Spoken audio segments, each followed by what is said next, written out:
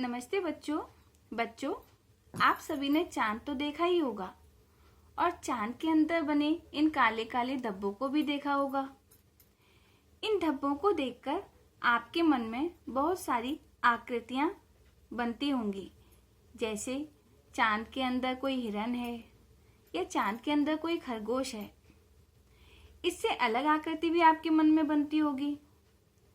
इन्हीं आकृतियों से संबंधित एक कहानी है।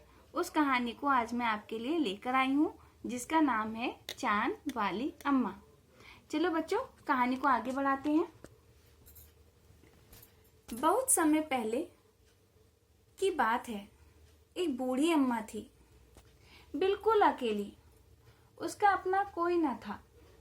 घर का सारा काम उसे स्वयं करना पड़ता था। सुबह उठकर झाड़ू लगाना, खाना बनाना, बर्तन धोना, कुएं से पानी लाना आदि। उसके साथ एक परेशानी थी। वह रोज सुबह उठकर जब घर के अंदर झाड़ू लगाती तब तक तो सब ठीक था, लेकिन वह जैसे ही घर के बाहर आंगन में झाड़ू लगाने जाती और झाड़ू लगाने के लिए झुकती, तभी एक आसमान आकर उसकी कमर पर टक्कर मारता और उसे छेड़ता। ऐसा बहुत दिनों तक चलता रहा।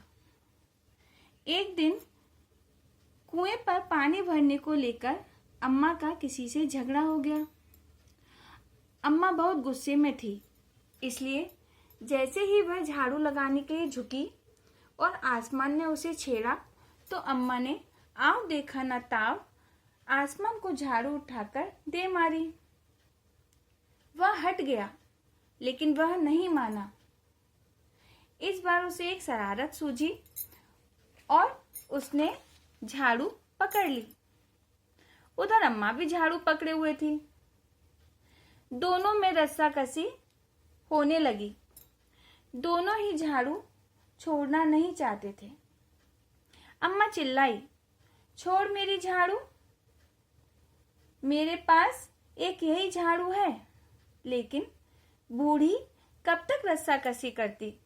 वह थक गई, पर आसमान ने झाड़ू नहीं छोड़ी।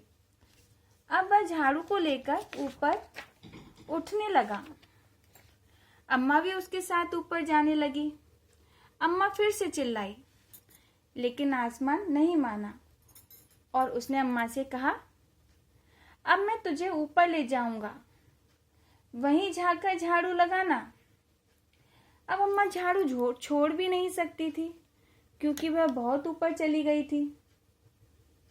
तभी उसे वहां एक चांद दिखाई दिया और उसने अपना पैर बढ़ाया और चांद पर जाकर बैठ गई। आसमान को फिर एक शरारत सूझी और वह अम्मा को वहीं छोड़कर चला गया।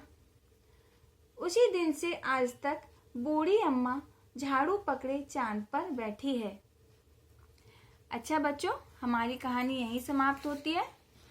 इस कहानी से संबंधित एक अभ्यास पत्रिका भी मैंने आपको दी है, जिसके उत्तर आपको स्वयं करने हैं।